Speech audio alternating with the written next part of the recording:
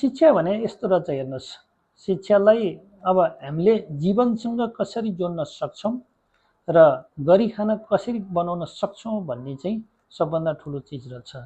अब शिक्षित मात्रै भएर पनि नहुने, दीक्षित हुनुपर्ने र समाजसँग कसरी भिड्न सक्छ, समाजसँग कसरी जोडिन सक्छ र समाजसँग कसरी सहकार्य गरेर काम गर्न सक्छ, त्यसरी गर्न सक्यो भने त्यो नै शिक्षा हो भन्ने मलाई लाग्छ। सबभन्दा ठुलो चिज भनेको शिक्षा हुँदैमा त्यो व्यक्ति सफल हुने र नहुँदैमा असफल हुने भन्ने चाहिँ हुँदैन।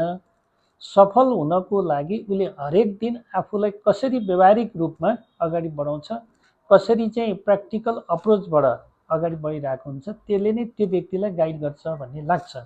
शिक्षा चाहिँ एउटा के छ, सर्टिफिकेट मात्रै हो।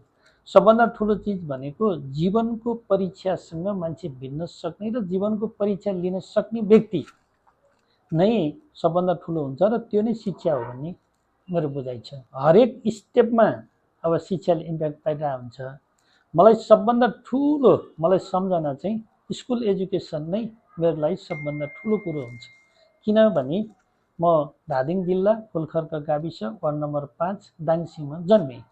म किसान परिवारमा जन्मेको हुनाले मेरो प्यारेन्ट्सले र मेरो ग्रेन्ड प्यारेन्ट्सले पनि मलाई पढ्नुपर्छ, नपढिकन हुँदैन भन्ने जुन किसिमको बाटो देखाउनु भयो, जुन किसिमले अगाडि बढ्नुपर्छ भनेर सल्लाह सुझाव दिनुभयो, त्यतिखेरको एजुकेसन नै मेरो लागि चाहिँ सबभन्दा ठुलो र जहिले नै सम्झन लायकको क्षण चाहिँ त्यो छ।